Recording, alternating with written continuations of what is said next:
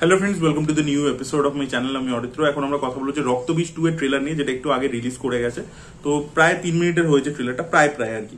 তো ট্রেলারটার মধ্যে মানে যে জিনিসটা আমরা দেখতে পাচ্ছি যে অঙ্কুশ ভার্সেস আবিরের যে ফেস অফটা হতে চলেছে সেটাকে এস্টাবলিশ করা হয়েছে ট্রেলারের সেকেন্ড হাফের দিকটা, এবং সেই জায়গাটাই অ্যাকচুয়ালি ট্রেলারের সব থেকে ইন্টারেস্টিং দিক আর কি। এবং একদম লাস্ট যে শটটা, যেখানে যেভাবে ট্রেলারটা শেষ হয়, সেখানে অঙ্কুশ আর আবিরের যে আমরা টাসেলটা দেখতে পাচ্ছি, সেই জায়গাটা কিন্তু বেশ ভালো লাগছে। এবং তার আগে ওই যে বললাম যে ট্রেলারটা যদি দুটো ভাগে ভাগ করি, সেকেন্ড হাফটাতে যেখানটা আর কি থ্রিলার পোর্শনটা হতে চলেছে, যে জায়গাটা আর কি আমাদেরকে দেখাচ্ছে যে এই টিমটাকে বাংলাদেশে যেতে হবে, পঙ্কজ সিনহা এবং তার টিমকে বাংলাদেশে যেতে হবে। তো এবারে কি হচ্ছে, চ্যালেঞ্জটা বেশি হয়ে গেল যে আপনি একটা আননোন টেরিটরিতে চলেছেন, যেখানে আপনাকে কিন্তু গভর্নমেন্টও হেল্প করছে না, পুলিশও হেল্প করছে না। এবং সেটা আমরা দেখতে পাচ্ছি সুব্রত দত্ত সে আর কি বলে দিচ্ছে যে এখানে সবকিছু আমি করবো। এটা একটা কমন ট্রোপ আর কি সিনেমাতে ব্যবহার হয়ে থাকে, যে ফরেন কান্ট্রিতে আপনি কিছু করছেন, সেখানকার পুলিশ আপনার সাথে কোঅপারেট করছে না। এবার এই ট্রোপটার একটা রিভার্সও হয়, যে ওই পুলিশটা যার থেকে আপনি এক্সপেক্ট করছেন না যে গোটা সিনেমা জুড়ে আপনাকে হেল্প করছে না, ক্লাইম্যাক্সে গিয়ে হয়তো হেল্প করে দিল। তো সেরকম একটা ব্যাপার রয়েছে। তো ওটা দিয়ে একটা স্টেক্স বাড়িয়ে দেবে যে পুলিশ ওদেরকেই আটকে দিচ্ছে, বাংলাদেশের পুলিশ। তো সেটা আর কি একটা দিয়ে টেনশন তৈরি করবে।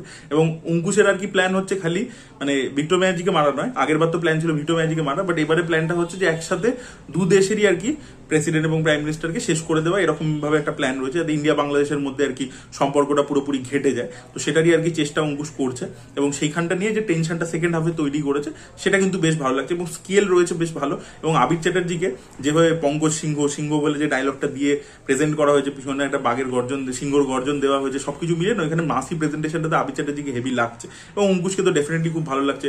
অঙ্কুশের একটা ব্যাক স্টোরি রয়েছে কৌশানীর সাথে, কৌশানী ওর লাভার ছিল, এবং তারপরে কি হয়েছে অঙ্কুশের সাথে সেই জিনিসপত্রগুলো আমরা দেখতে পাচ্ছি। ওর একটা ব্যাক স্টোরি রয়েছে, ওর একটা ট্রান্সফরমেশনের জার্নিও আমরা দেখতে পাবো। এবং খুব রেলিভেন্ট বিষয় নিয়ে, আপনারা জানেন এই যে ইমিগ্রেশন বাংলাদেশ থেকে এখানে চলে আসে, সেই বিষয়টা খুব রেলিভেন্ট। তো সাবজেক্টটাও তারা রেলিভেন্ট চুজ করেছে, সেই জিনিসটা আমার ভালো লেগেছে। এবং যেটা বললাম স্কেল রয়েছে। বাট ট্রেলারের প্রথম দিকটাতে না, এই যে আবার করে ওই যে গানগুলোকে দেওয়া, ঠিক আছে, মানে ওই যে প্রথম যে গানটা, যেটা নুসরাত জাহানের গানটা, সেই গানগুলো বা দেখবেন মাঝখানে মিমি চক্রবর্তীর যে গানটা আছে, এই গানগুলো তো ইন্ডিভিজুয়ালি রিলিজ করে গেছে। তাহলে ট্রেলারটাকে যদি থ্রু আউট খুব ইন্টেন্স রাখতো, যে এটা একটা অ্যাকশন থ্রিলার বেসড হতে চলেছে ছবি, সেইটাই আর কি খালি প্রমিস করতো, তাহলেই এনাফ ছিল। ঠিক আছে, কারণ অলরেডি গানগুলো রিলিজ করে গেছে, সেগুলো প্রমোশনও হয়েছে, সেগুলোর ব্যাপারে লোকে জানে। সেটা কারোর ভালো লাগছে, কারোর খারাপ লাগছে, that is a different thing. But সেটাকে ট্রেলারে প্লেসমেন্ট করার প্রয়োজন ছিল না। সেটা রোমান্টিক গানটা হোক, সেটা মিমি চক্রবর্তী আবির চ্যাটার্জির যে গান হোক, বা প্রথম যে ওই যে আইটেম সংটা, সেগুলোকে যে প্লেসমেন্টটা দিয়েছে না ট্রেলারের মধ্যে মাঝে মাঝে, সেইটা আমার মনে হয় ফোর্স ফিট হয়ে গেছে। ঠিক আছে, সেই জিনিসটা আমার অতটা ভালো লাগেনি ট্রেলারের মধ্যে, ওটা প্রয়োজন ছিল না বলেই আমার মনে হয়। বাকি কিন্তু production value, look and feel এবং বিজিএম এর কাজও কিন্তু এখানে চক্রবর্তী এই ট্রেলারের মধ্যেও কিন্তু বিজিএম এর কাজ খুবই ভালো করেছেন। এবং ট্রেলারটাকে খুব স্লিক ভাবে কাটা হয়েছে, খুব স্টাইলাইজ ভাবে কাটা হয়েছে, খুব ফাস্ট পেসে একটা কাটা হয়েছে। সচরাচর উইন্ডোজের ট্রেলার কিন্তু এরকম হয় না, মানে তারা একটু হোল্ড করে ট্রেলারটাকে, এবং জিনিসপত্র ধীরে সুস্থে দেখায়, একটু ইমোশন। ইভেন রক্তবীজ 1-এও দেখবেন এটা ধরে ইমোশন। কিন্তু এবারে যেহেতু একটা মানে পুরোটাই একটা ক্যাট অ্যান্ড মাউস চেস টাইপের করেছে, যে অঙ্কুশকে কিভাবে আবির আটকাচ্ছে সেই জিনিসটাকে নিয়ে পুরোটা করেছে, তাই জন্য দেখবেন মানে এডিট প্যাটার্নটাকে খুব ফাস্ট পেস করেছে, একটা স্লিক ব্যাপার দিয়েছে। তো সেই জিনিসপত্রগুলো আর কি ভালো লেগেছে। এবং কোথাও কি ইয়াং অডিয়েন্সকে মাথায় রেখে আর কি পুরো জিনিসটা করা হয়েছে, মানে ইয়াং অডিয়েন্স কেন বলবো, সব ধরনের অডিয়েন্সকে মাথায় রেখে ব্যাপারটাকে করা হয়েছে, এবং রেলিভেন্ট বিষয়বস্তু আর কি সেটা ডেফিনেটলি। এবং পারফরমেন্সেস প্রত্যেকের খুব ভালো লাগছে। এবার দেখা যাক ভিক্টর ব্যানার্জি কতটা চরিত্র থাকে এবং তার কি গুরুত্বপূর্ণ ভূমিকা হয়। ভিক্টর ব্যানার্জি এবং সীমা বিশ্বাস, এদের দুজনের মধ্যে দিয়ে এই ইন্ডিয়া বাংলাদেশের যে রিলেশনস দীর্ঘদিনের, সেই জিনিসপত্রগুলো কিভাবে উঠে আসে সেটা দেখার মতো বিষয়। আর ট্রেলারটা কিন্তু এরকমও নয় যে ফাস্ট পেস হওয়া সত্ত্বেও ইমোশনটা কোথাও ধরতে পারেনি, সেটাও কিন্তু হয়নি। মানে একটা জায়গায় কিন্তু আবির চ্যাটার্জি বলছে, মাটিটা হাতে নিয়ে একটা দেখবেন ডায়লগ আছে, ওই জায়গাতে কিন্তু ছবির যে সেন্টার, যে হার্টটা, সেটা কিন্তু উঠে আসে, যে একটা যে ছবির মধ্যে একটা ইমোশনও আছে। ঠিক আছে, একটা যে মানে যে টেররিজম ইত্যাদি, এই যে হিংসা, এগুলোর ঊর্ধ্বে উঠে যে মানুষের প্রতি যে ভালোবাসা, ঠিক আছে, সেই জিনিসপত্র এবং একত্রিত হয়ে থাকা, সেই যে মেসেজটা, ওভারঅল যে মেসেজটা, সেটা যেভাবে উঠে আসছে, সেটাও কিন্তু ট্রেলারের মধ্যে প্রেজেন্ট, যেটাকে আমরা বলি না যে একটা ছবির আত্মা, সোল, সেটাও কিন্তু রয়েছে আর কি। তো ওভারঅল মিলে রক্তবীজ 2 এর ট্রেলার আমার বেশ ভালো লেগেছে। এবার দেখা যাক, কিছু দর্শকদের কাছ থেকে কিন্তু একটা মানে অ্যান্টি রিয়াকশনও পেতে পারে, এটা আমার মনে হচ্ছে।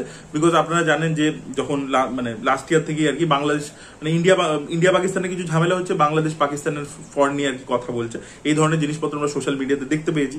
এবার সেখান থেকে ইন্ডিয়ানদের কিন্তু একটা বাংলাদেশিদের প্রতি রাগ হয়েছে, সেটা আমরা কিন্তু কমেন্ট সেকশন বা ফেসবুক ইত্যাদিতে দেখতে পাই আর কি। যেরকম আমাদেরকে বলা হয় যে বাংলাদেশের কন্টেন্ট কেন রিভিউ করছো, সেটা সিনেমা হোক, ওয়েব সিরিজ হোক।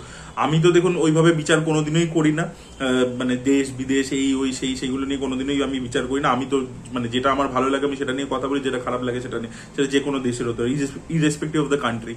এবার ব্যাপার হচ্ছে কিন্তু কিছু লোকে কিন্তু এটাকে খুব রিলিজিয়াসলি ফলো করে আর কি, ঠিক আছে, যে বাংলাদেশকে নিয়ে কেন বলছে, বাংলাদেশের সাথে আমাদের সম্পর্ক ভালো দেখাচ্ছে কেন, এই ধরনের মেসেজিং দেওয়ার কি দরকার আছে, তো সেখানে কোথাও কি একটা ব্যাকল্যাশও পেতে পারে আর কি, ঠিক আছে, যে এটাকে এইভাবে মানে কেন দেখানো ভালোভাবে এই ধরনের। তো দেখা যাক সেটা কি হয়, কি প্রতিক্রিয়া থাকে, বাট এটা নিয়ে আর কি কথাবার্তা হবে, টকিং পয়েন্ট হবে, বিকজ রেলিভেন্ট ইস্যু নিয়ে যখনই আপনি একটা ছবি বানাবে তখনই আর কি সাধারণ মানুষের মধ্যে সেটা নিয়ে একটা কথাবার্তা হবে, তো সেটা আর কি ছবিটার জন্য ভালো ডেফিনেটলি। তো দেখা যাক আর কি ছবিটা পুজোর সময় আর কি 1 নম্বর স্থান পেতে পারে কিনা, কি হয় সেটাই দেখার মতো বিষয় হবে। প্রচুর হাড্ডাহাড্ডি কম্পিটিশন চলছে, বাট উইন্ডোজ মানে তাদের কন্টেন্ট সবসময় ভালো হয়ে থাকে। দেখা যাক এবারে তাদের গানগুলো সেই লেভেলের হয়নি যেটা উইন্ডোজের সচরাচর হয়ে থাকে, সেই স্ট্যান্ডার্ডে গান এবারে হয়নি, বাট দেখা যাক ছবিটা কিরকম হয়েছে। ছবির থেকে প্রচুর এক্সপেকটেশন রয়েছে, আমার এখন অব্দি খুবই ভালো লাগছে। আপনাদের কি ওপিনিয়ন অবশ্যই কমেন্টে লিখে জানাবেন। এই ভিডিওটা ভালো লেগে থাকলে লাইক করুন, শেয়ার করুন, চ্যানেলটি সাবস্ক্রাইব করতে ভুলবেন না। Bye bye.